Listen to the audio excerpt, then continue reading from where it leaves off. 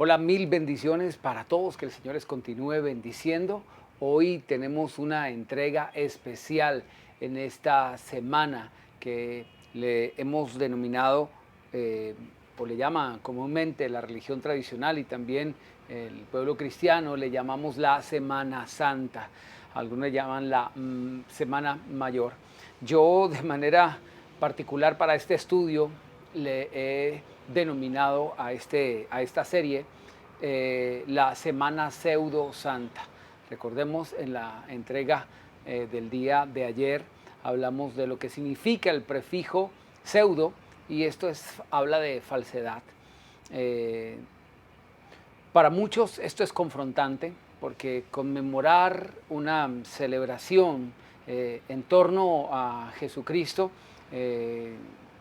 para algunos no suena como a que es algo falso. Y no me refiero a la conmemoración en sí, sino a la manera como se hace, que se ha convertido esto solamente en rituales religiosos, escenarios en los que la actuación, digamos, del creyente sencillamente se limita a cumplir con unos actos religiosos y ya, el resto del tiempo nos olvidamos de una verdadera comunión, de una santa relación con Dios.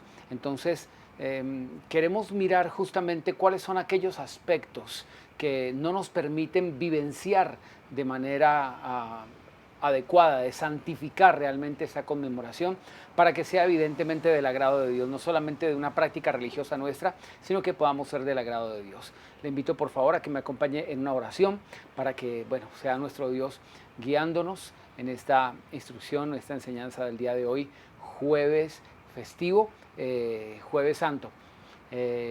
Vamos a pedirle la dirección a Dios. Bendito Padre Celestial, queremos darte gracias por permitirnos estar delante tuyo. La instrucción que tú tienes preparada para nosotros es una instrucción de vida ante la que tú mismo dijiste que las palabras que has hablado son espíritu y son vida. Y hoy queremos exponernos a esta revelación gloriosa para que el espíritu y la vida se manifiesten en nosotros. Te pedimos, Señor, que nos ayudes a deponer por el poder de tu espíritu todo lo que está impidiendo tener esa relación, esa comunión íntima contigo, que podamos despojarnos de toda religiosidad, de todos esos atavíos religiosos que no nos permiten avanzar, que no nos permiten ser sinceros, que no nos permiten tener una comunión íntima verdadera, que no nos permiten ser los hijos de tus complacencias. Te pedimos, oriéntanos en el conocimiento de ti a través del estudio de esta escritura en este momento y siempre. Te lo pedimos en el nombre de Jesús. Amén y amén. Bueno, partamos desde Mateo capítulo 21, que es la cita que dejamos inconclusa en la entrega del día de ayer. En Mateo capítulo 21,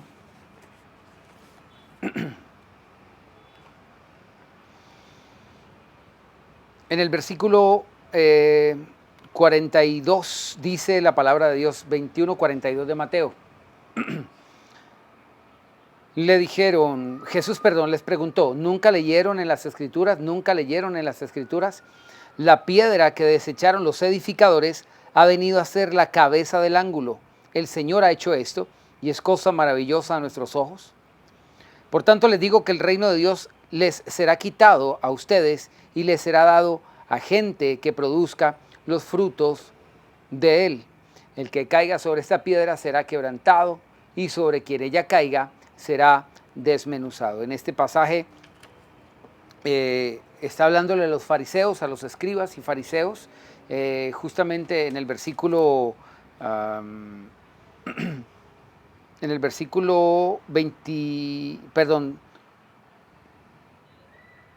31 de ese mismo texto, el Señor Jesús se dirige a los escribas y fariseos y dice, ¿cuál de los dos hijos hizo la voluntad de su padre? Ellos dijeron el primero. Jesús les dijo, de verdad les digo que los publicanos y las rameras van delante de ustedes al reino de Dios, porque vino a ustedes Juan en camino de justicia y no le creyeron.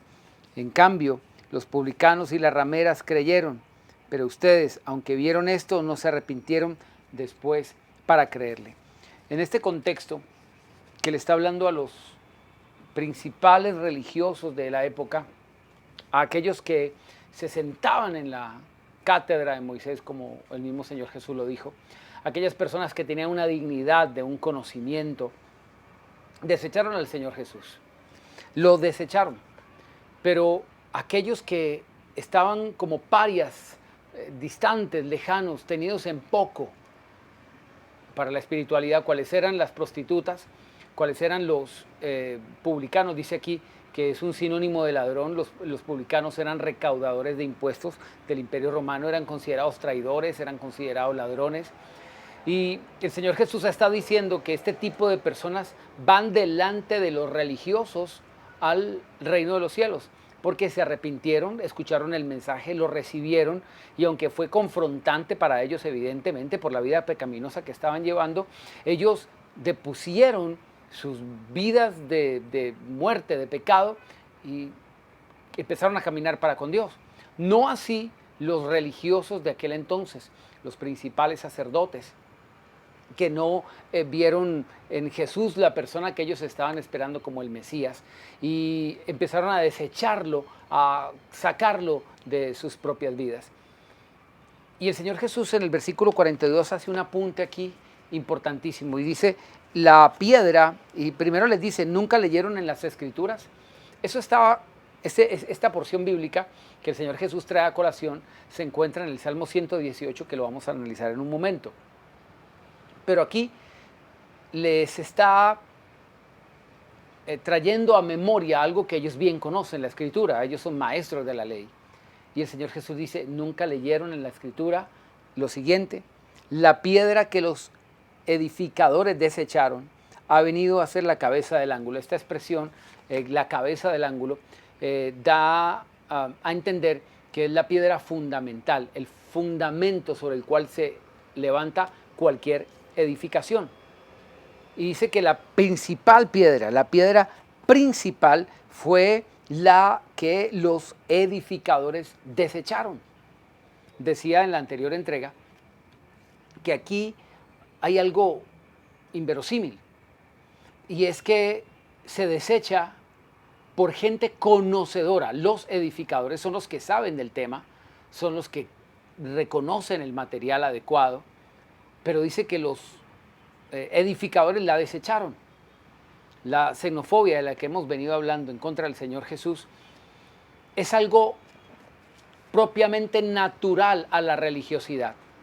El religioso piensa estarse acercando a Dios.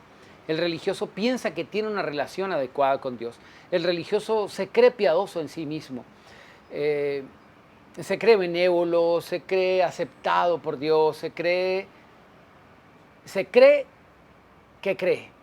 El religioso cree que cree, pero por sus frutos son conocidos, dijo el Señor Jesús. El religioso raya en una condición en la que la ceguera es muy grave, porque no le permite ver lo mal que está, porque cree que está bien. Eso es lo que le pasaba a estos religiosos. Y esa religiosidad, esa ceguera, es lo que se produce como un rechazo, una xenofobia hacia el Señor Jesús, una aversión hacia Él. No de mente, porque el religioso cree que ama a Dios con toda su mente, pero no lo ama a Dios con toda su mente. Cree que ama a Dios con todas sus fuerzas, probablemente lo ame con todas sus fuerzas. La naturaleza del religioso es amar a Dios con todo su corazón, con toda su alma y con todas sus fuerzas. Pero lo que falla es amarlo con todo el entendimiento, con toda la mente, como lo dice el mismo Señor Jesucristo en Marcos 12. El aspecto principal que debemos comprender en cuanto a la vida del religioso es que existe una incoherencia entre lo que afirma de Dios, lo que trata de conocer de Dios, y lo que vive y lo que experimenta. Por eso el Señor Jesucristo dijo, por sus frutos los conocerán. No es el árbol bueno el que da malos frutos, no el que habla bonito, sino frutos. Pero tampoco es árbol malo el que da buenos frutos. Por sus frutos se conocen, y esto habla justamente del actuar, del proceder. En la última entrega de esta serie tocaremos un aspecto que le denominé el día que Cristo no se comportó como cristiano. El día que Cristo no se comportó como cristiano. Esto sé que puede sonar como contradictorio para muchos y hasta que no sepan evidentemente de lo que se trata el tema, cualquier aventura de tratar de inferir lo que trato de decir, pues será simplemente pura especulación. La Biblia dice que quien responde antes de hablar le es contado por necedad. Entonces le pido que tenga un poco de paciencia y antes de sacar cualquier conjetura de lo que tal vez algunos piensen que es blasfemo, le pido que espere hasta esa enseñanza para poder comprender de lo que se trata. Pero lo que sí quiero decir respecto a eso, y por eso lo traje a colación, es que algunos cristianos creen que son cristianos simplemente porque han adoptado sobre sus vidas modismos, clichés, jergas, incluso modas evangélicas, y eso no lo hace a una persona cristiana. Es el comportamiento que se deriva justamente de la imitación del carácter de Cristo, lo que nos hace cristianos. Es evidente, cristiano es el seguidor de Cristo. Gandhi hace años promulgó una frase que es bastante diciente respecto a lo que hablo. Él dijo: a mí me gusta su Cristo, pero no me gustan sus cristianos. ¿Cuál es la distancia entonces que existe entre el carácter que demuestran, el comportamiento que demuestran los cristianos y el carácter que modeló y el comportamiento que modeló Cristo?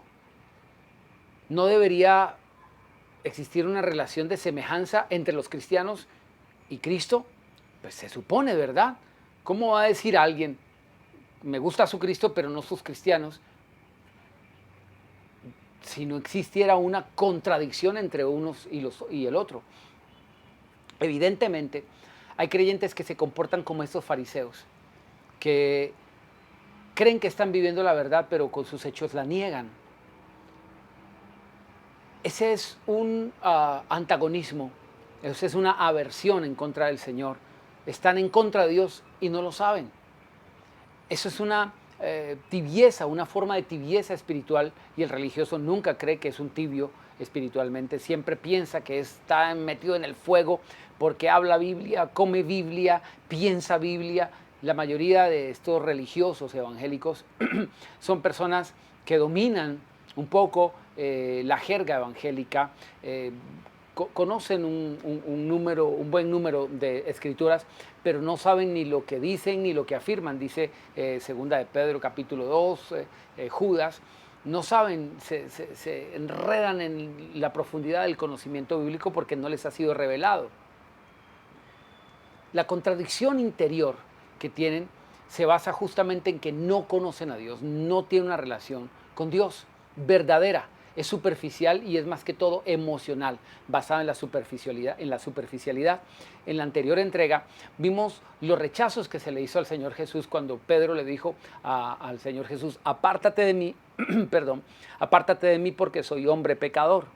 Y por allá en Lucas capítulo 4, todos los que estaban en la sinagoga muy complacidos hasta que, o cuando se leyó el libro de Isaías, pero hasta que el Señor Jesús entregó la explicación del pasaje y vino a entrar a la aplicación del pasaje, todos los que estaban allí se llenaron de ira y lo sacaron, lo echaron de sus vidas. Esta forma de rechazo hacia el Señor Jesús que vemos manifiesto también aquí en los edificadores, como lo dice aquí, que desecharon la piedra fundamental, porque siendo supuestamente conocedores, ellos se las dan al religioso, se la da de conocedor, pero a la hora de la verdad no sabe cuál es el verdadero conocimiento de Dios. Como lo dijo el mismo Señor Jesucristo, también hablando de los religiosos más prominentes del entonces, les dijo: ustedes cuelan el mosco, el anís, el eneldo, diezman de todo eso, de lo más pequeñito, pero dejan lo más importante de la ley de lado, lo dejan de lado, que es el amor, la misericordia. Así el religioso es una persona que no tiene en cuenta cuál es el sentido por el cual Jesucristo fue a la cruz, vino del cielo, tomó la condición de hombre y estando en la condición de hombre se hizo siervo y fue hacia la cruz para tener esa muerte terrible de crucificado. No lo entienden. No han entendido que Jesús vino a perdonar, a tener misericordia, a no señalar, a no juzgar, a no condenar. A aquellos mismos, por ejemplo, que aquí habla de una de las prostitutas. En algún momento estaban, también hice referencia de esto en la anterior entrega, estaban los religiosos trayendo a una mujer que había sido pescada, digámoslo de alguna forma, infraganti en el acto mismo del adulterio. Un acto fuera del orden de la palabra de Dios. Entonces ellos se creían con toda la autoridad de juzgarla y de querer apedrearla. Un acto que le costaba a toda la comunidad que estaba allí presente, que fue cometido. A ellos les costaba un acto, uno. Pero el Señor Jesús habla de prostitutas que van delante de estos religiosos al cielo. La prostituta no tiene un acto, tiene muchos actos de pecado. Y el Señor Jesús, el Dios eterno, encarnado en la persona de Cristo, es el que pone el contraste. Ustedes me traen a una persona para juzgarla por un acto. Yo le digo, las prostitutas con muchísimos actos van delante de ustedes al reino de los cielos. El religioso no lo entiende, se enerva su alma. Él no puede comprender de cómo es esto, porque hay una contradicción en su mente y en su corazón. El religioso quiere aplastar, el religioso es injusto, el religioso olvida la ley espiritual de Dios que dice que como tú juzgas, así serás juzgado. Con la medida con que tú mides, serás medido, y eso es una ley. Lo olvidan, lo olvidan. Les es fácil lanzar piedras, les es fácil alejar a Dios de sí, porque eso es alejar a Dios de sí. Los religiosos que creían estar bien con Dios, supuestamente que estaban más cerca de Dios, ahora estaban alejando realmente a Dios. Dios mismo había venido delante de sus ojos y no lo podían ver. La piedra fundamental, la más importante, la que es el fundamento de la construcción, los edificadores la han desechado, la vienen desechando. Marcos capítulo 12, en Marcos capítulo 12, encontramos este mismo pasaje. En el versículo 10, y lo traigo a colación porque mire cómo lo dice el Señor Jesús a través de Marco aquí. El versículo 10, el Señor dice, ni aún esta escritura han leído. El Mateo decía, no han leído la escritura, pero mire cómo lo dice, ni aún esta escritura han leído. Es el desconocimiento, y aquí está revelando el Señor Jesucristo cuál es o de dónde proviene esta actitud de los religiosos, de ser tan duros, de alejar al mismo Dios teniéndole presente allí, como hoy también. Hoy hay gente que patea el evangelio porque se queda con las formas, está en la Santísima Iglesia, están en la Santísima Hora de Dios, todos los días predican, todos los días oran, todos los días alaban, se comportan en amor, nunca pecan, son íntegros, perfectos, jamás le fallan a Dios ni con el más mínimo pensamiento. Eso no es así, no hay justo ni aun uno, no hay hombre que no peque, eso dice la Escritura. La Biblia dice que el hombre que dice que no tiene pecado hace mentiroso a Dios. La Biblia no dice que esa persona es mentirosa, dice que peor aún esa persona hace mentiroso a Dios, porque Dios es el que dice que no hay nadie que no peque. Entonces, el religioso, como ya lo dijimos, es un ciego, nunca puede ver eso, nunca. El asunto es que esa persona se cree bien, se cree súper perfecto y es tan santo que no tolera el pecado. Y Dios, que es el gran ser excelso en santidad, es el que tiene compasión y misericordia y le da entrada primeramente a las prostitutas y a los ladrones que se arrepienten, que a los religiosos que no se arrepienten porque según ellos no tienen de qué. En esta actitud miserable de estos religiosos que sacan de su vida a Jesús, a Dios, el Señor muestra el por qué, cuál es el resultado. Ese comportamiento es el resultado de la ignorancia, del juicio de valores que ellos tienen en su corazón. Dice, ni aún esta escritura han leído, ni aún esto han leído. Entonces eran maestros de cosas espirituales, que ni siquiera entendían ni comprendían. Pueden enseñar 1000 cosas, pero no saben de lo que deben saber, que es el amor de Dios. Como dice Miqueas, ¿qué Dios pide de nosotros? Sino amar justicia, hacer misericordia y humillarse ante nuestro Dios.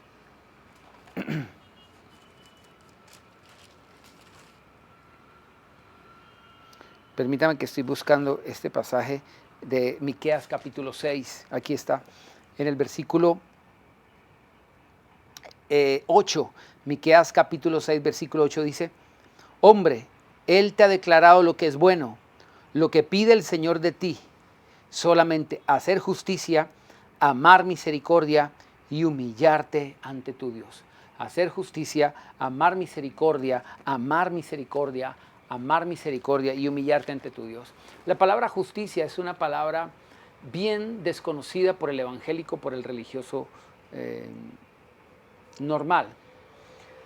Si bien la palabra justicia significa darle a cada quien lo que le corresponde, el único que puede hacer eso, de darle a quien lo que le corresponde, es a Dios. Y la Biblia dice que Jesucristo ha sido hecho para nosotros justicia, verdad y salvación. A ver si recuerdo dónde está ese pasaje, porque bueno, viene a mi mente en este momento, pero no tengo presente la cita. Que nos ha sido hecho, eso está en, permítame por favor si lo veo en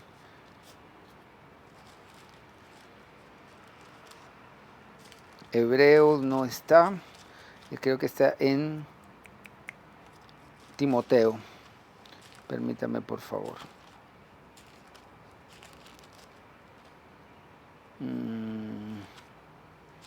Bueno, no es Timoteo. Usualmente vienen estos pensamientos, estos pasajes a mi mente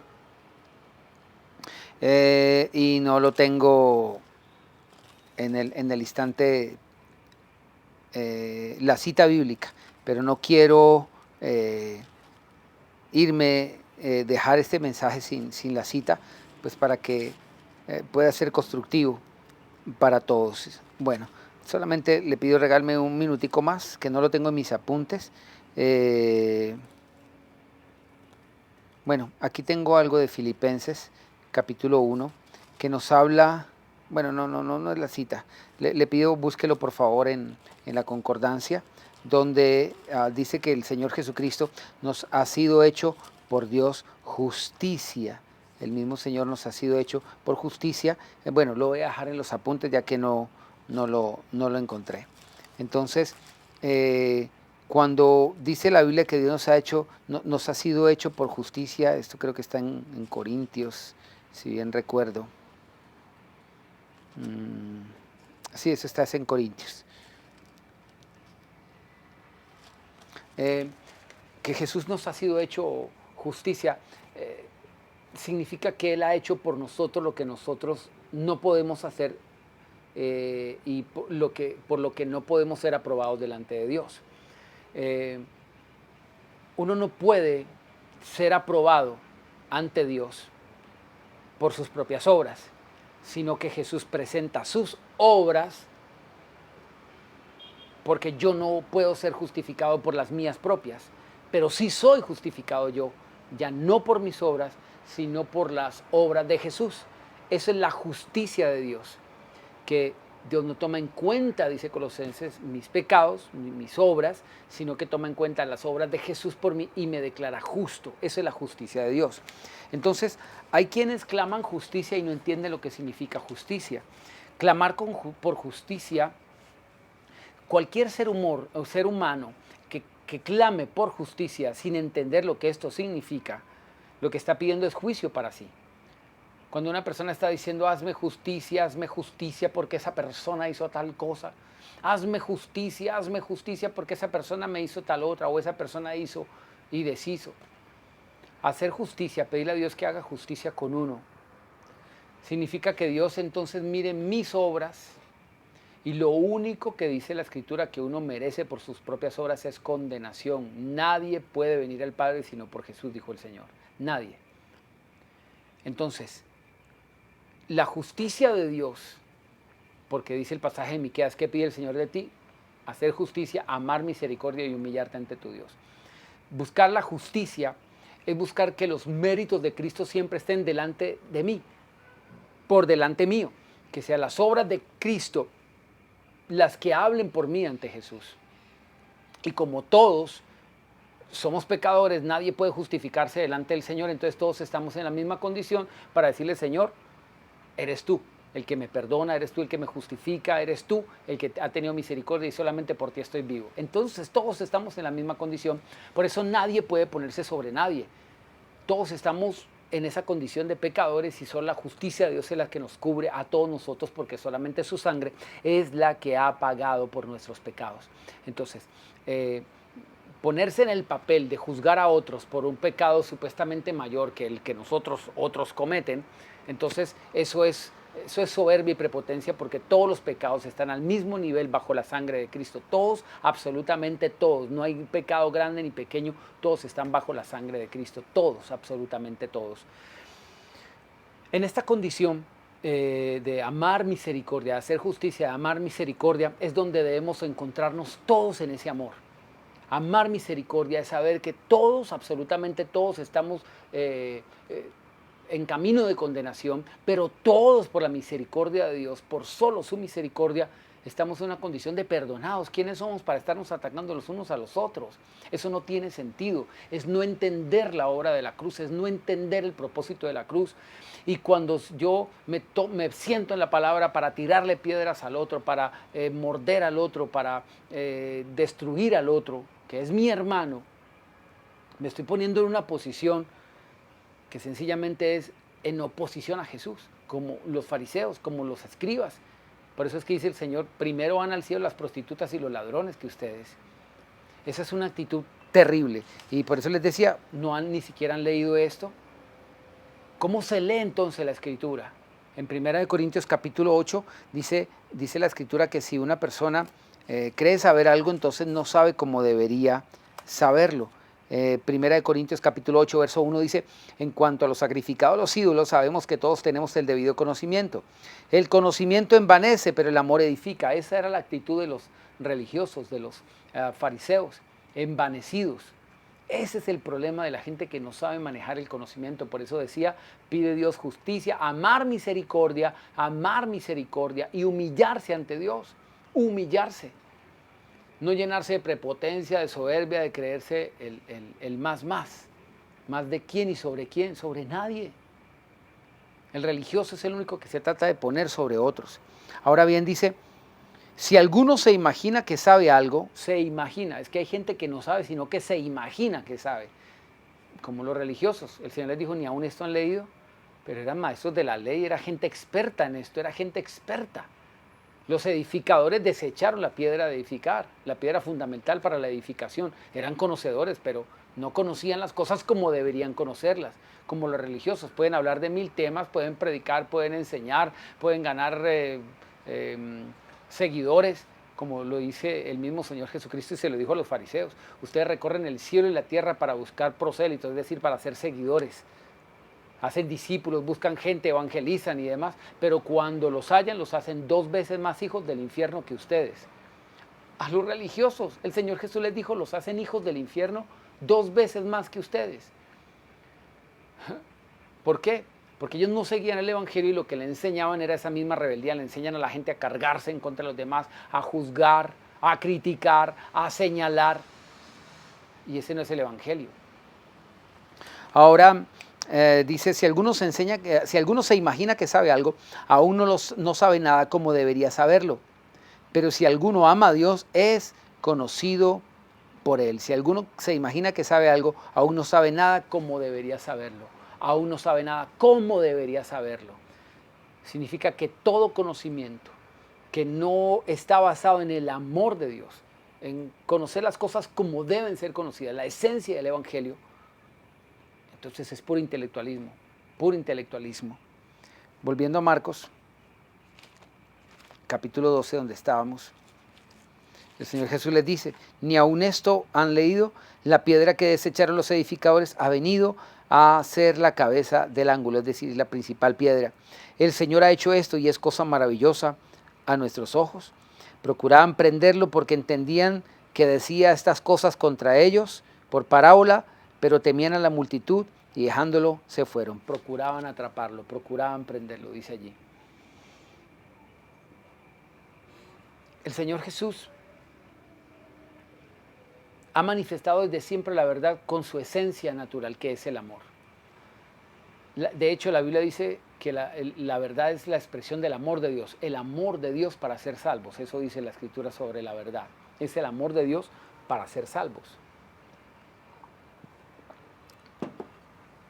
Pero quien no quiere deponer su orgullo para vivir el Evangelio como debe ser vivido, no solamente como debe ser enseñado o presentado, a veces nos llenamos de conceptos equivocados y nos preocupamos por la parafernalia, por cómo luce la iglesia, por qué tapetes tiene, qué sillas tiene, qué papel de colgadura tiene, qué luces tiene, qué grupo de alabanza tiene. Y nos preocupamos por lo superficial, por lo superfluo. Y no miramos la esencia, lo verdadero, que es el Espíritu de Dios. Ahora bien,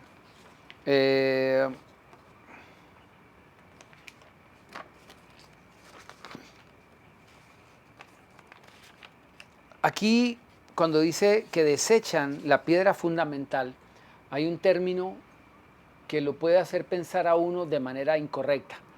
Desecharon a Jesús, desecharon la piedra fundamental, la principal. Uno diría, ¿acaso Jesús está desvalorizado aquí? ¿Jesús es el desvalorizado porque es desechado? Jesús en ningún caso será desvalorizado, sino que con cada rechazo que alguien tiene en contra de él, se están desvalorizando ellos mismos.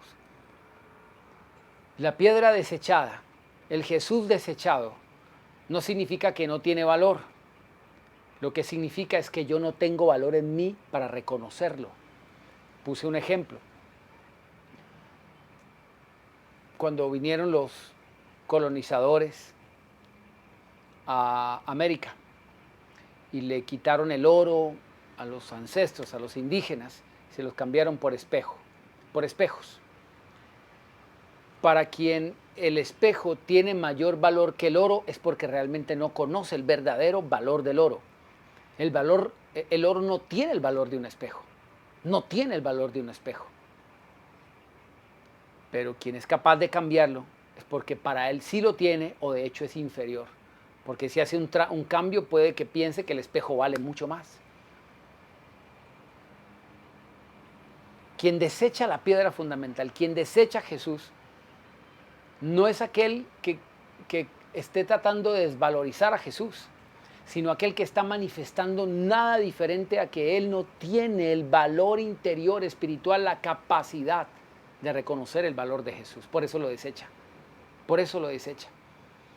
El religioso valora lo superficial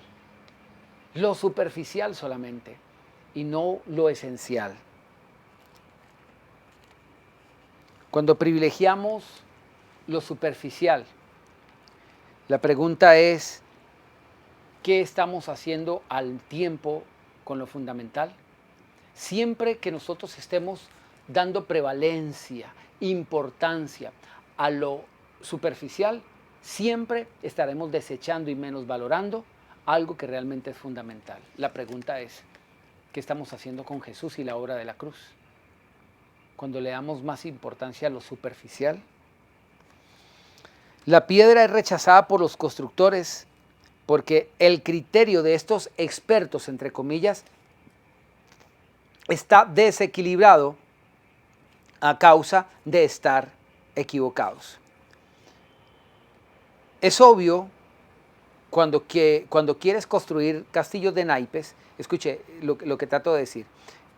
La piedra fue rechazada por los constructores porque el criterio de estos expertos está desequilibrado a causa de estar equivocados. Están equivocados porque, como le dijo el Señor Jesús, ni esto han leído, o sea, no han entendido las cosas como deben entenderlas. Entonces, su concepto está desequilibrado porque están equivocados. Es obvio, cuando se quiere construir un castillo de naipe, el oro va a desbalancear toda esa estructura. porque es incongruente, inconsistente.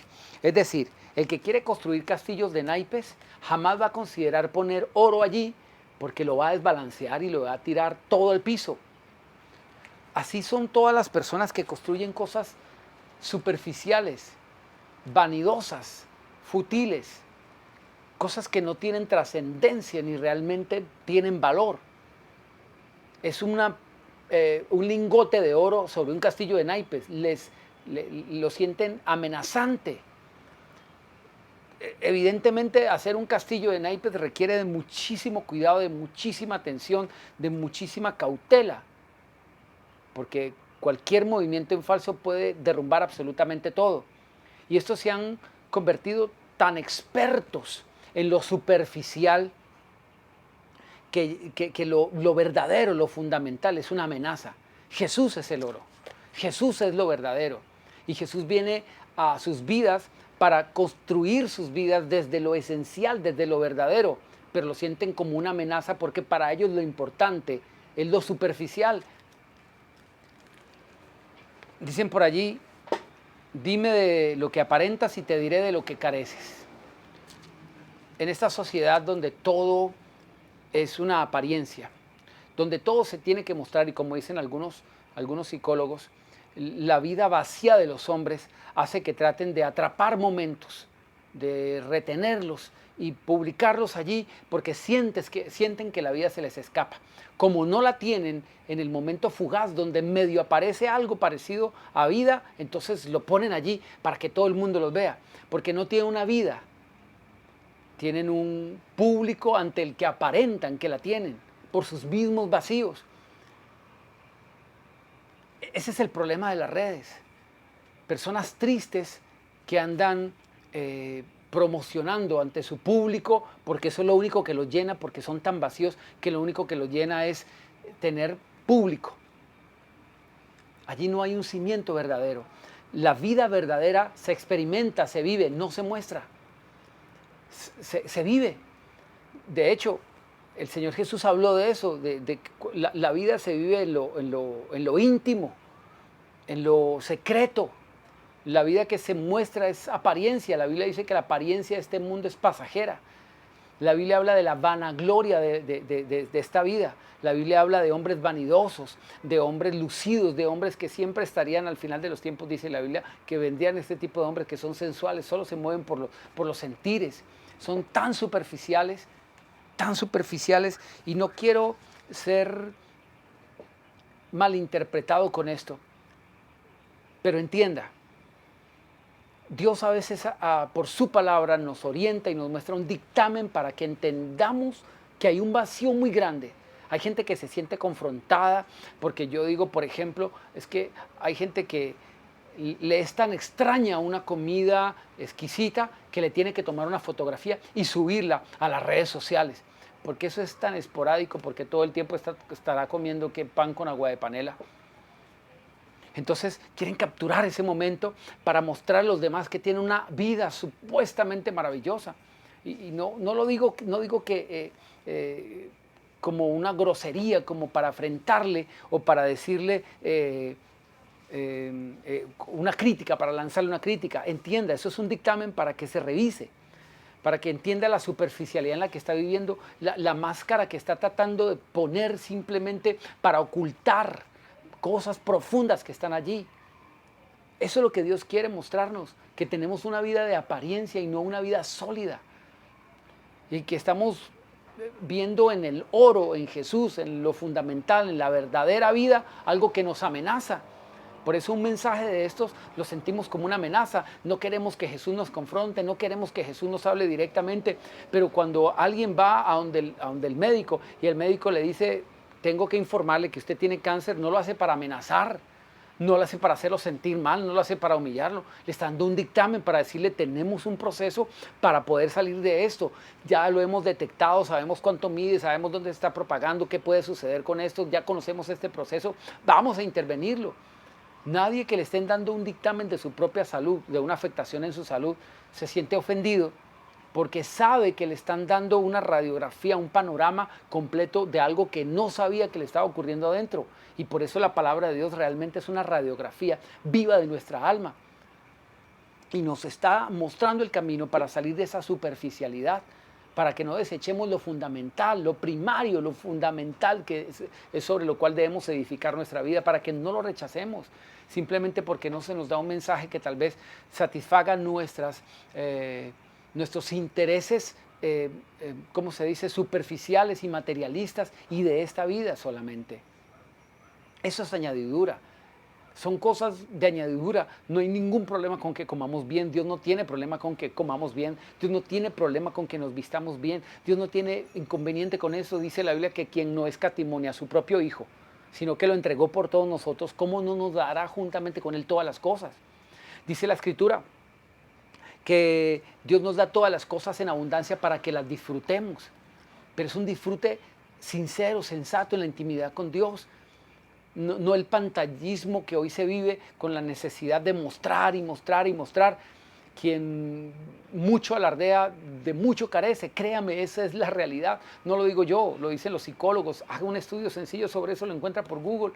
Estaba haciendo un estudio sobre esto y hay muchísima información sobre los problemas de las redes sociales, los problemas de vacíos espirituales que traen a las personas esto. No caiga en esa trampa, no caiga en esa trampa. Reconozca esa fragilidad, reconozca que tiene necesidad de médico, reconozca y no deseche al Señor Jesús.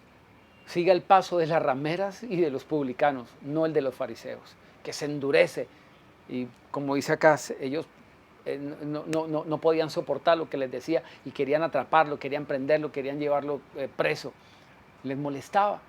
Miren lo que leímos en Lucas capítulo 4 cuando el Señor Jesucristo les habló la palabra, cuando les leyó la Escritura, todos estaban complacidos. Ese es el pensamiento del religioso. Qué linda la Biblia, qué hermoso, qué lindo todo lo bíblico, qué lindo, qué lindo. Pero cuando se da la aplicación correcta hacia eso, es el espíritu del cual estaba lleno el Señor Jesucristo, que estaba predicando las buenas nuevas, que los confronta con todas esas superficialidades, esas caretas, esas, ¿cómo se dice?, conchas de protección que la gente se pone así como un caparazón para esconder la fragilidad que se lleva adentro, así como la tortuga, que tiene un caparazón para proteger su esencia, que es muy blanda. En el Salmo 118 encontramos el versículo que el Señor Jesús les dice a estos hombres que si no lo habían leído, Salmo 118, versículo 21. Salmo 118, versículo 21. Te alabaré porque me has oído y me fuiste por salvación. La piedra que desecharon los edificadores ha venido a ser la cabeza del ángulo. De parte del Señor es esto y es cosa maravillosa a nuestros ojos. Este es el día que hizo el Señor. Nos gozaremos y alegraremos en Él. Escuche, nos gozaremos y alegraremos en Él. Señor, sálvanos ahora. Te ruego, Señor, que nos hagas prosperar ahora. Qué tremendo, que ellos clamando por bendición, clamando por salvación y clamando por prosperidad, centran el mensaje diciendo dónde está esa bendición y esa prosperidad. Dice, nos alegraremos y nos gozaremos en Él. Esa es la verdadera prosperidad, la que comienza desde adentro, la verdadera riqueza. No es la que posee cosas para mostrar. Esos son los vacíos. Quien tiene cosas para mostrar, simplemente está mostrando sus vacíos. Pero la Biblia dice que Dios ama la verdad en lo íntimo, allí donde Dios conoce el corazón. Eso hay que ir y propagarlo. Calladitos, como dice la Biblia, como dijo el Señor Jesús, que tu mano derecha no sepa lo que hace tu izquierda. Porque los hipócritas, el Señor Jesús dice que aman los primeros asientos, que aman las salutaciones en las plazas, que les gusta que les den un nombre, que los reconozcan, que los llamen, que los vean, que les den like, que la gente los vea, les haga comentarios. Viven de eso, viven de eso, viven de aparentar. Los momentos verdaderos son los momentos que se viven, que se tienen. y que se experimentan desde nuestro interior. Todo aquello que se quiere, ¿cómo se dice? No. Se me fue la palabra. Impostar, que se quiere proponer como cierto, probablemente es una vivencia que se tenga, pero ya no nace desde la sinceridad de lo íntimo, porque para las personas que hacen esto se les convierte como en un programa que tienen que, en un contenido que tienen que subir, porque viven de redes y saben que tienen un público que le está subiendo el ego permanentemente, porque eso es un ciclo vicioso de retroalimentación de vacíos. No lo digo yo, busque ese estudio, está el impacto de las redes sociales, lo que hace con el ego, lo que hace con cómo enarbola el narcisismo, y eso sí que le hace daño al ser humano. Esto está trayendo a la perdición a los hombres, porque Dios a los altivos, a los que están centrados en su egolatría y solamente sustentándose en lo que ven, retroalimentándose en lo que la gente les dice, en lo que ellos aceptan, en lo que ellos quieren, en su apreciación personal, eso le hace mucho daño al hombre. Tanto aplauso, tanto reconocimiento, tanto autoalabarse, tanto automostrarse para que vean cómo soy yo de feliz y de bueno. Eso no tiene razón espiritual. Eso, por el contrario, trae un daño. Por eso dice el Señor Jesús: no sepa tu mano derecha lo que hace tu izquierda. Y cuando hagas algo bueno, cuando vivencies algo bueno, no toques trompeta, dice el Señor Jesucristo. Tocar trompeta es llamar la atención. Eso, en ese tiempo no habían redes sociales, pero el Señor Jesús ya estaba hablando de eso para prevenirnos de esas situaciones. Ahora bien, aquí dice: te alabaré porque me has oído y tú me fuiste por salvación. La piedra que desecharon los edificadores ha venido a ser la principal cabeza del ángulo. De parte del Señor es esto, es cosa maravillosa a nuestros ojos. Este es el día que hizo el Señor, nos gozamos y alegramos en él. Señor, sálvanos ahora, dice, ahora. Te ruego, Jehová, Señor, nos hagas prosperar ahora. ¿Cuándo es ahora la prosperidad? ¿Cuándo es ahora la salvación? Cuando me alegro en él, en él. En él, en la intimidad. Dios ama la verdad en lo secreto, en lo íntimo, en lo privado, dice la Biblia. Cuando lo reconozco a él, sé quién es él, que él es capaz de llenarme a plenitud sin necesidad de ningún motivo, de ninguna cosa externa, sino solamente por él, en él y por él. Ahí viene realmente la salvación, ahí viene ya realmente el gozo y la plenitud. Aunque la higuera no florezca, ni en las vides haya fruto, con todo yo me alegraré en el Señor, dice la Escritura, me alegraré en él. Ahí es donde viene la salvación. Nos alegramos en el fundamento que otros desechan, donde otros abandonan, entonces nosotros nos aferramos más fuerte. Esa es la garantía de nuestra prosperidad y nuestra salvación, porque no será en vano lo que Dios edifica. No será en vano lo que Dios edifica. Lo que unos rechazan, el fundamento firme para nuestra alma, para nuestra vida espiritual, es desechado por muchos porque lo único que le importa es la apariencia. Que Dios me dé el carro, que Dios me dé la casa, que Dios me dé el estatus, que Dios me dé algo que mostrar, que la gente vea que tengo vida. La gente hace hasta torcidos, créame. Torcidos en Colombia son negocios chuecos, cosas que no son honestas, que se salen de lo legal para conseguir algo, para sentirse que han logrado algo. Pero los que confían en el Señor, créame que Dios no nos va a desamparar. Los que hemos aceptado el fundamento que otros rechazan y nos agarramos más fuerte hacia Él, no seremos defraudados. Mire lo que dice el Salmo 127. Salmo 127, 1. Si el Señor no edifica la casa, en vano trabajan los que la edifican. Si el Señor no guarda la ciudad, en vano vela la guardia. Si el Señor no edifica la casa, en vano trabajan, en vano trabajan, en vano. Trabajan sí, pero en vano los que la edifican. Edifican sí, pero en vano. ¿Sobre qué estamos nosotros edificando? ¿Sobre qué? ¿Estamos buscando lo superficial? No desechemos el fundamento, que otros lo desechen, los religiosos lo desechan, los superficiales lo desechan. le están diciendo a Jesús, vete de nosotros, vete de aquí. Son xenofóbicos. Por eso decía que es una xenofobia inverosímil. Porque esto no tiene sentido. ¿Cómo vamos a desechar el que realmente nos hace prósperos, completamente prósperos? Multibillo bendecidos, le digo yo. Multibillo bendecidos, porque no tiene que ver solamente con dinero. Yo conozco o sé de gente tan miserable que lo único que tiene es dinero. La miseria no se experimenta viviendo debajo de un puente. Hay gente que vive miserablemente entre los palacios.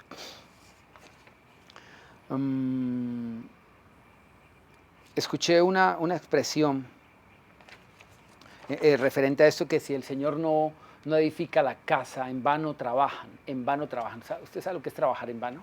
En vano trabajan los que le edifican. Escuché una expresión, no recuerdo dónde, que dice, ¿trabajas para pagar tu vida?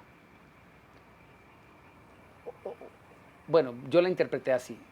¿Trabajamos para pagar nuestra vida? La comida, el techo, el vestido, los servicios públicos vitales, la educación, la pensión, el bienestar.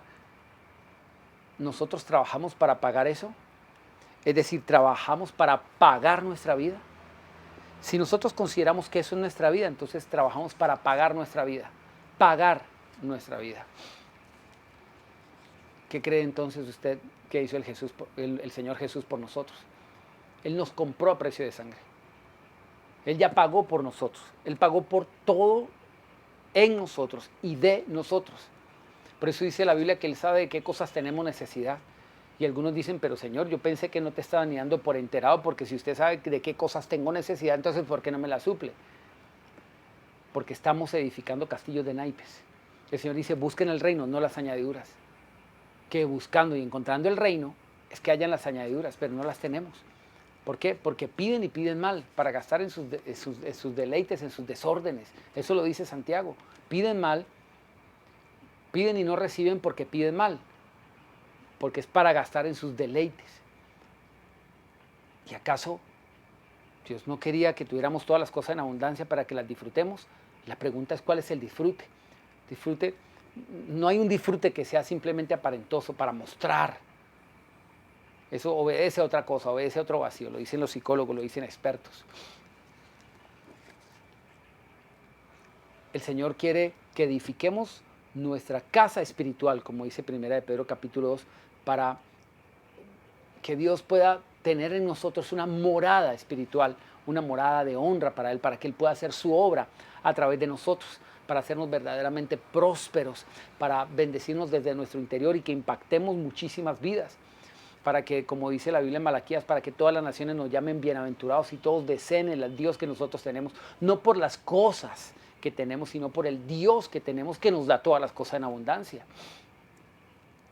Ya es algo inevitable que la gente lo note, no porque no porque seamos pantalleros, porque estemos mostrándole, mire lo que estoy comiendo, mire lo que me acabo de comprar, mire lo que acabo de lucir, mire el carro que conduzco. Mire la casa que tengo, mire el paseo que estoy teniendo. Sencillamente va a ser porque una ciudad asentada sobre un monte no se puede esconder, pero no por pantalleros, sino porque está ahí. No que está abriendo los espacios para que vea, mírenme, mírenme, mire, aquí lo tengo. Es una cosa muy diferente a que uno lo esté mostrando, a que la gente lo vea simplemente porque se ve, es notable. Alguien dijo que el salario es el soborno que nos entregan para dejar de lado nuestros sueños. Cuando estamos trabajando para pagar nuestra vida, hemos dejado de lado el sueño de Dios. Nos vendemos como esclavos. Dios quiere sacarnos de este círculo de la carrera del hámster. ¿Usted ha visto el hámster en esa ruedita? Que el hombre vive para trabajar, para obtener dinero, para pagar sus deudas, para endeudarse más, para seguir trabajando, para pagar las deudas, para endeudarse más, seguir trabajando para pagar las deudas, un círculo vicioso permanente. Dios quiere sacarnos de eso. ¿Por qué quiere hacer eso el Señor? Para manifestar su gloria, manifestar su reino, para que entendamos que Dios lo hizo por nosotros. Dice la Biblia que Él se hizo pobre siendo rico, para que nosotros en su pobreza fuésemos enriquecidos, que no tengamos necesidad de nada. ¿Para qué? para que abundemos para toda buena obra, para que nos ocupemos de hacer la obra de Dios. Quien trabaja mucho tiempo, quien trabaja todo el tiempo no va a tener tiempo de hacer la obra de Dios. Y como lo dice Warren Buffett, quien trabaja todo el tiempo jamás va a tener tiempo para hacer dinero. Quien trabaja todo el tiempo jamás tendrá tiempo para servir a Dios. Por eso Dios quiere bendecirnos y prosperarnos a través de sus principios para sacarnos de esa rueda de la humanidad, como camina la humanidad simplemente en esa esclavitud. Por eso Dios estableció principios para bendecirnos de una forma diferente a los demás. Te alquilas por un sueldo, pagas tu vida. Recuerda que Jesús te compró a precio de sangre, así que deja que Dios haga en tu vida las cosas que Él tiene planeadas a su manera. Salgamos de la esclavitud humana, empecemos a honrar a Dios y hacer lo que Dios dice que hagamos y veremos a Dios obrar lo que Él ha prometido que habría de ser. Si el Señor no edifica la casa, en vano trabajan los que la edifican. No desechemos el fundamento, no desechemos esa piedra fundamental, no desechemos los principios de Dios que nos dicen cómo es que construimos esa vida, no los desechemos.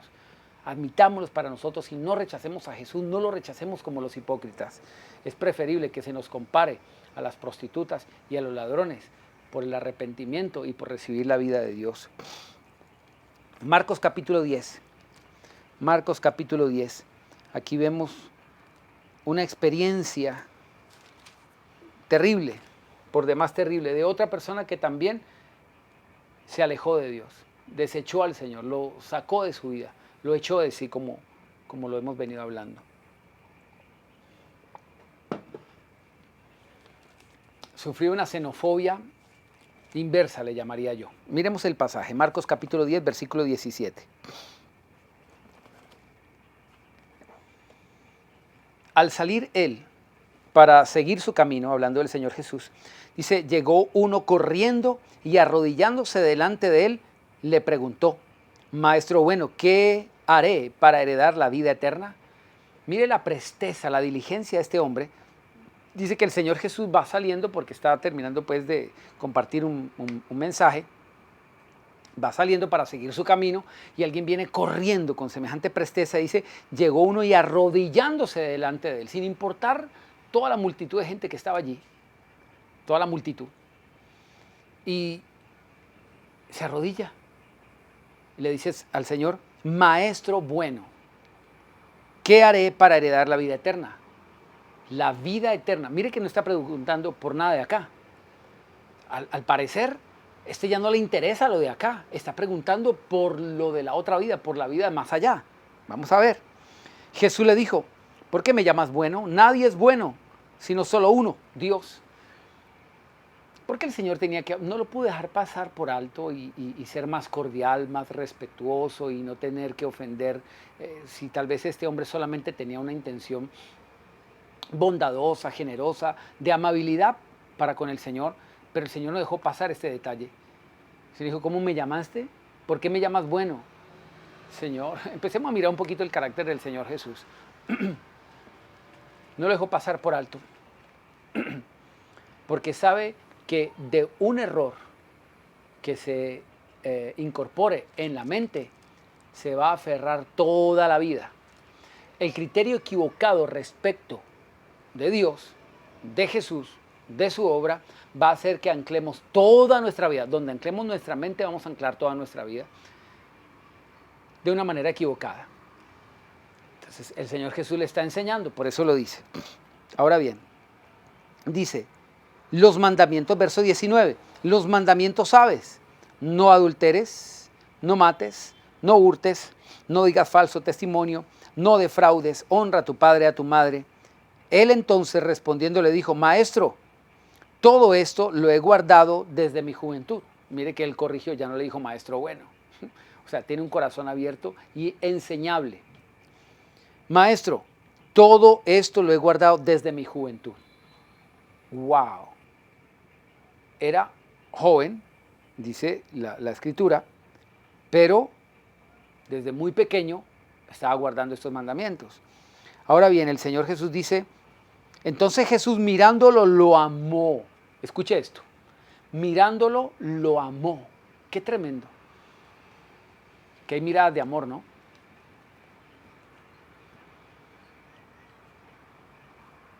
¿Cómo vemos nosotros? Esto, permítame decírselo, el religioso, el hipócrita, el fariseo, el evangélico duro de corazón, no ha aprendido a ver con los ojos de Jesús.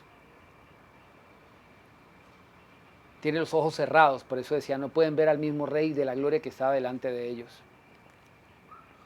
Dice la Biblia que Jesús lo miró y lo amó. Cuando tenemos la facultad del Espíritu Santo de poder ver a los demás con misericordia, entonces estamos viendo bien. Cuando podemos vernos en los otros en la misma condición, entonces estamos viendo bien. Cuando puedo ver que el otro, el prójimo, el próximo, es muy cercano a mí porque prójimo significa próximo o cercano, es muy cercano a mí porque estamos en la misma condición, entonces puedo decir que he aprendido a ver. Pero mire lo que dice, Jesús lo miró y le amó. Significa que lo que viene a continuación no fue como una retaliación del cielo, como para enojarlo, para molestarlo, como para fastidiarle la vida. Lo mismo que pasó en Lucas capítulo 4, cuando el Señor Jesucristo dijo, el Espíritu del Señor está sobre mí por cuanto me ha ungido para dar buenas nuevas a los pobres, anunciar apertura de la cárcel, buenas noticias, pero la gente se enojó. Ese mismo Jesucristo está hablando aquí lleno del Espíritu Santo, lleno de amor para darle una instrucción para su bien. Pero mire qué pasa aquí. Aquí lo confronta con esos naipes de los que estábamos hablando, con esas superficialidades. Lo confronta, porque él preguntó algo que voy a hacer para heredar la vida eterna. Mirándole, le amó y le dijo, una cosa te falta, te falta, te falta. Tenía algo, pero no estaba completo. Y el Señor Jesús lo estaba completando. Por eso le dijo, no digas maestro bueno. Le está completando. Está llenando sus faltantes, sus vacíos. Donde quiera que estén en la mente, estén en el alma. El Señor no se rehúsa en dejarnos como nos encuentra. Así se moleste el joven si le tengo que corregir por la manera como se expresó. Pero aprendió. Ya en la segunda vez no le dijo maestro bueno. Una cosa te falta, anda, vende todo lo que tienes. Vende todo lo que tienes y dalo a los pobres y tendrás tesoro en el cielo y ven y sígueme tomando tu cruz. ¿A qué se está refiriendo el Señor Jesús cuando dice sígueme tomando tu cruz? El Señor Jesús no había sido crucificado aún. ¿Qué entendía la gente cuando no habían visto todavía a Jesús crucificado y muchos no sabían que había de ser crucificado? ¿Qué significaba seguir tomando tu cruz? Algo que era muy acostumbrado evidentemente en el Imperio Romano era la tortura de la crucifixión. Todos sabemos que Jesús no fue el único ser que fue crucificado. Ese es el castigo a los peores malhechores, a los que consideraban que tenían una falta semejante a traicionar al imperio romano. Era el símbolo del castigo que llevaba escarmiento, el escarmiento más profundo hacia todas las personas para que osasen de pronto en algún momento levantarse o sublevarse en contra del imperio, para que vieran lo terrible que suele ser y más bien se contuvieran o desistieran evidentemente. Entonces todos estaban acostumbrados a ver que cada crucificado siempre estaba llevando su cruz a cuestas hacia el lugar donde habían de ser muertos. Lo que Jesús está diciendo es, para darle lugar a la vida, tienes que darle cabida a la muerte. Tienes cosas a las que debes morir para que puedas vivir. Eso es lo que le está diciendo. Vende todo lo que tienes. Porque Jesús sabía que este hombre tenía el corazón apegado a las riquezas. Por eso le dijo, muere a eso. Y la única manera, como me conste que lo hicieron, que lo harás, es que te desprendas de todo eso, de todo. Allí le dice, tendrás tesoro en el cielo. Después ven y sígueme. Para seguir al Señor Jesús, para ser verdaderos creyentes, tenemos que tener toda nuestra riqueza en Él. No puede ser usado realmente como verdadero creyente una persona que está aferrada a lo material, a lo de aquí. Es necesario, Dios sabe de qué cosas tenemos necesidad, pero son añadiduras, son añadiduras. El mismo Señor Jesús que le dijo a este, vaya, venda todo, délo a los pobres, fue el mismo que estableció el principio que dando es como se recibe. Entonces, él sabía, el mismo Señor Jesús sabía que había de recibir muchísimo, evidentemente. Mire que más adelante, si hacemos una lectura en los versículos siguientes, dice que Pedro le preguntó al Señor Jesucristo, Señor, nosotros lo hemos dejado todo, lo que el mismo Señor Jesús le pidió a este joven rico, se lo hizo, se lo pidió a los discípulos y los discípulos lo hicieron también. La Biblia dice que Pedro, dejando las redes, dejándolo todo, lo siguió. Dice que Mateo estaba sentado en el banco de los tributos públicos y dejándolo todo, lo siguió. Todo lo dejaron todo porque eso fue la petición que el Señor Jesús hizo para poderlo seguir. Este joven pudo haber sido otro apóstol, porque ese fue el llamado que el Señor no lo hizo a todo el mundo. El endemoniado gadareno le dijo, déjame seguirte, y el Señor le dijo, no, vaya a los suyos y cuéntele lo que el Señor ha hecho con usted. Pero a él le hizo la invitación, que solamente le hizo a unos pocos, que fueron los apóstoles. A este le hizo la invitación. Y Pedro le dijo, Señor, nosotros que lo hemos dejado todo, ¿qué tendremos? El Señor les dijo, allí, por allá en el versículo 28 dice, entonces Pedro comenzó a decirle, nosotros le hemos dejado todo y te hemos seguido. Respondiendo el Señor le dijo, de cierto te digo que no hay nadie que haya dejado casa, hermanos, hermanas, padre, madre, mujer, hijos o tierras por causa de mí, del Evangelio, que no reciba 100 veces más ahora en este tiempo, que no reciba 100 veces más ahora, en este tiempo, casas, hermanos, hermanas, madres, hijos y tierras, aunque con persecuciones y en el siglo venidero la vida eterna. Este joven llegó preguntando por la vida eterna. El Señor Jesús le está diciendo a Pedro que habría de hallar lo que dejaron multiplicado aquí y también la vida eterna la hallarían. El Señor le pidió a este hombre lo mismo que le dijo a Pedro. Tú dejaste todo y aquí vas a hallar 100 veces más. Vas a hallar multiplicado, aquí, vas a hallar la vida eterna. El hombre pidió hallar la vida eterna, pero le pidió al Señor Jesús también que lo dejara todo. ¿Qué iba a hallar? La vida eterna y también 100 veces más aquí. Pero él no lo entendió, no lo entendió. Pedro hasta ese momento no lo había entendido, por eso le preguntó. Pero ¿cuándo fue que le preguntó? Después de que el joven rico se fue. ¿Y cómo se fue? Ya lo vamos a ver en un momento. Se fue, algunos dirán, ya sé cómo se fue triste porque la Biblia dice que se fue triste.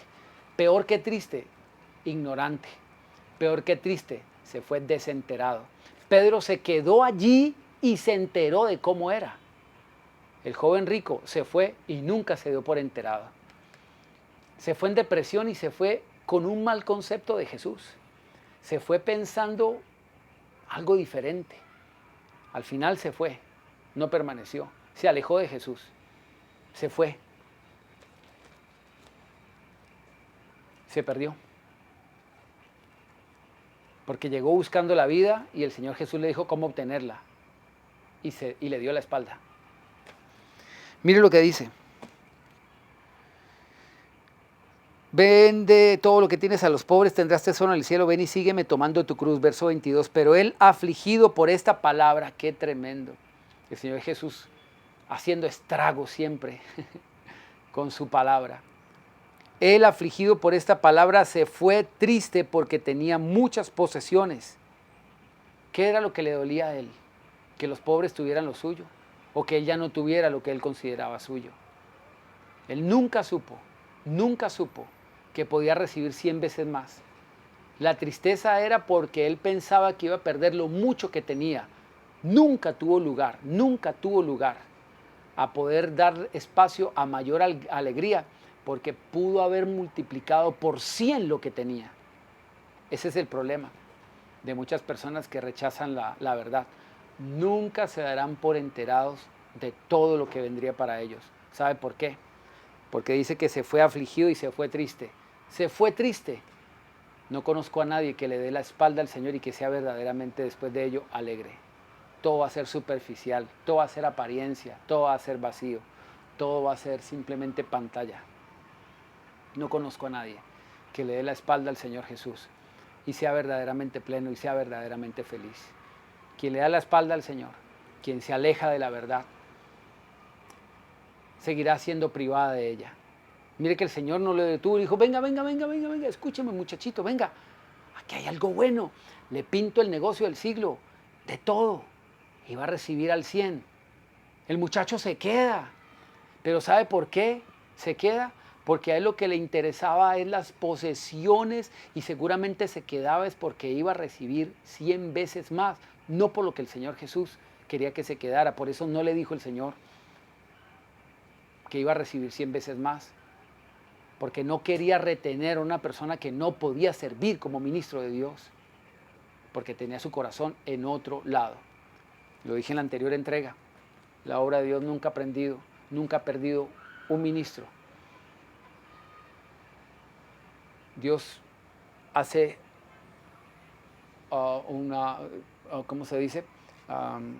El cierne con su criba para mirar quién se limpia, quién se purifica, quién se permite ser un instrumento útil. La Biblia dice que si alguno se limpia de estas cosas, será un instrumento útil al Señor. Dios guarda su iglesia de gente que le pueda hacer un daño a su pueblo. Pero, al contrario, como dice Proverbios 16, Dios a otros que son bien soberbios, por eso el problema del soberbio, el problema de la soberbia y del orgullo, de la altivez. Es preferible irse y no ser nadie que rebelarse en contra de Dios en soberbia y en altivez y ser usado por Dios mismo como un instrumento de juicio. Hay gente que son instrumentos de juicios. Hay presidentes que son instrumentos de juicio de Dios para la tierra. Evidentemente los usa el diablo, pero son instrumentos de juicio de Dios. Hay pastores, hay ministros, hay profetas, hay apóstoles que no son verdaderos ministros de Dios, sino que Dios los ha permitido como instrumentos de juicio y de condenación para aquellos que no quieren recibir el amor de la verdad para ser salvos. Eso es peor. Dice la Biblia que recibirán mayor condenación.